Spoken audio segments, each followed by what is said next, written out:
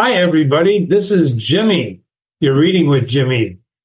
This is a 10-minute breakdown of Beowulf, monsters, glory, and the cost of heroism. We're giving you this 10-minute breakdown so that you'll go on and read this epic poem. So welcome, everybody. We call these quick takes. They're 10 minutes to give you an idea of what you'll be reading when you read with Jimmy. And in this case, we're exploring Beowulf. Now, what if I told you that 1,000 years ago, a poet wrote this it's the ultimate monster fighting, treasure hunting hero's journey. And it's still one of the greatest adventures ever told. It's Beowulf. The author is unknown, but boy, did he leave us a rich story, huh? It's got warriors and dragons and epic battles. And the hero, Beowulf, is legendary that his name still echoes today. And I know some of you are saying, I never heard of him, Jimmy.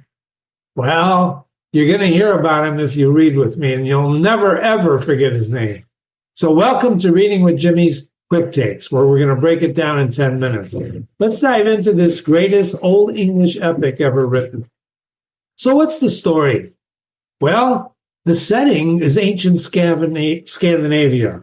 It's a land of warriors, meat halls. You've seen Viking movies, right?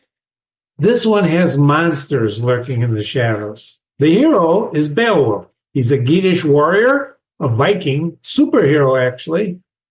And there's a problem. The king, the great meat hall of Herat, home to King Hrothgar and his warriors, is under attack. There's a meat hall, there's a big hall where everybody sat around drinking and eating together. It wasn't like nowadays where you have apartments. It was one big room. Then they'd go off to their own separate, huts or whatever they lived in. In this case, there's a monster called Grendel that comes every night and kills and eats his warriors. And he can't do anything about it. He slaughters his men every night, night after night after night. And nobody can stop him until Beowulf arrives. And then he fights Grendel. In fact, he has 3 battles. First, he fights Grendel. He fights this monster barehanded. He doesn't even use a sword. And he rips Grendel's arm off. It's one of the most fantastic scenes ever written in the English language. Rips it right off. And Grendel goes crawling away. Guess to who? To his mama. So Beowulf then has to fight his mother. Because his mother, after Grendel comes home, is not very happy.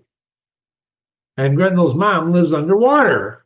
So Beowulf dives into her underwater lair, and he defeats her with a giant sword. He almost didn't make it. This is a tremendous story, ladies and gentlemen. And finally, he becomes a king. And then 50 years later, a darn dragon shows up. So he's got to fight a dragon. Beautiful language, rich in power and blood, and it's just unbelievable. And don't forget, we're reading classics, which, no cell phones, no movies are necessary. This is way before then, just the richness of language and your imagination. So he kills the dragon, but he gets wounded and he dies. So what's the big deal? What is the big deal about Beowulf? Well, he's basically an epic hero. He's very strong. So strong, like I mentioned, he rips Grendel's arm off. He's also brave. He doesn't know fear. And if those moments when he has fear, he overcomes fear. And ladies and gentlemen, don't we all have fear? So by reading, we learn how to lead, how other people lead their lives and how to lead our own. And in this case, how do we overcome our own fears? There's a little bit of that going on, right? And finally, he's very loyal. Loyalty, these days is kind of a lost art, isn't it? What is loyalty? We explore all that when you read this epic, Beowulf with Jimmy.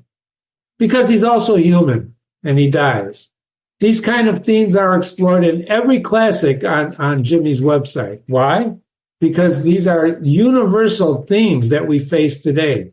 Beowulf explores these themes, like heroism, good and evil, loyalty, and the fleeting nature of life. Life is short, but it also reflects on the responsibility of being a king and the importance of your reputation You know, one famous guy said, one moment of weakness and everything is lost, theory and practice.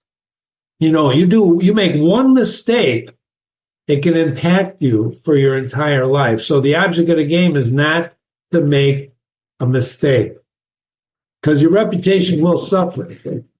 So what's the meaning of this epic poem? Well, you can read it as a monster story, but like all classics on this website, it's not just a story. It's not just a story. They're good. These are good stories. But there's always something more to these stories. For example, glory and fate. Can you believe you can control how you're remembered? People remember you? Do you remember how people are remembering you? Well, I'm nobody, Jimmy. Nobody can remember me. How do you know that? How do you know that? Think about the history and the people you remember, either inside your family or outside your family through reading. Good versus evil is another thing. Are heroes really different from monsters? You've often seen perhaps movies where the hero is actually he turns into the guy he's going after, right? Not physically, but mentally, right? What is the difference between a good guy and a bad guy? Huh? And mortality, not morality, although there's a lot of morality in this story. Good and evil is morality, but mortality. Even the greatest warriors must face death. Nobody lives forever, right? So Beowulf lived a long life and achieved fame. So can you have your cake and eat it? I think one of the things I walked away with is focus is the key. And when you do something and you only that something, you focus. There's actually no such thing as multitasking. Beowulf did one thing. He killed monsters. He was very good at it. And let's not forget, this is one of the first works of English literature. So we're blessed to have this to read. So I hope you read it with me. Really, I really do. Why does it still matter? Well, it's 1,000 years old, and you're going to say, well, Jimmy, what the hell should I read this for? Well, because it's a blueprint for every hero story that came after it. You watch movies, you read books, right? You look at heroes. What is a hero? This is where they get their inspiration. It's a fearless guy or woman, right? It's somebody who's fearless and not afraid. I can think of 100 people like this from literature and from real life that are actually heroes. And it's thrilling. Ladies and gentlemen, once we start reading this together, you're probably going to go back and reread it again and again and again, and I hope you do. Because it's an action-packed tale with meaning, and because Beowulf asks the same question we all do. How will I be remembered? What's going to be on your tombstone? Right? I floated through life. What's going to be on your tombstone? Calling all readers. That's Beowulf in 10 minutes. So why not unpack this powerful epic with me? Go to my website, readingwithjimmy.com, or check out my deep dive analysis there.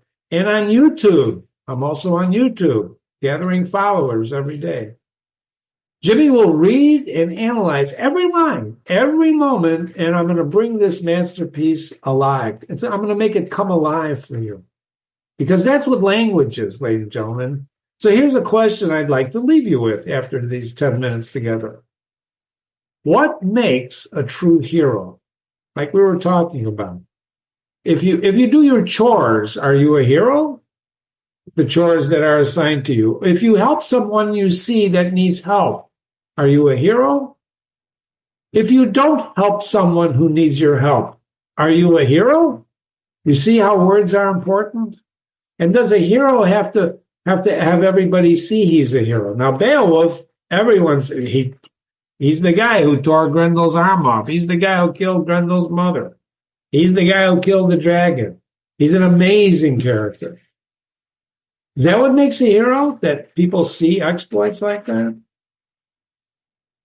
If you have another classic that you want broken down, let Jimmy know. My email is jimmy@readingwithjimmy.com. Thanks for listening of this summary of Beowulf. And see you on the next QuickTakes. By the way, this is what it looks like on the website. There's parts. There's 8 parts that I read with you, 8 parts that you're welcome to read with me. And then I do a complete analysis, right? A complete analysis is actually there to help you understand, appreciate better than just reading the parts. And because this is 1,000 years old, when I'm reading this to you, I'm actually helping you analyze it by giving you sidebars. This QR code will take you right to my website as well.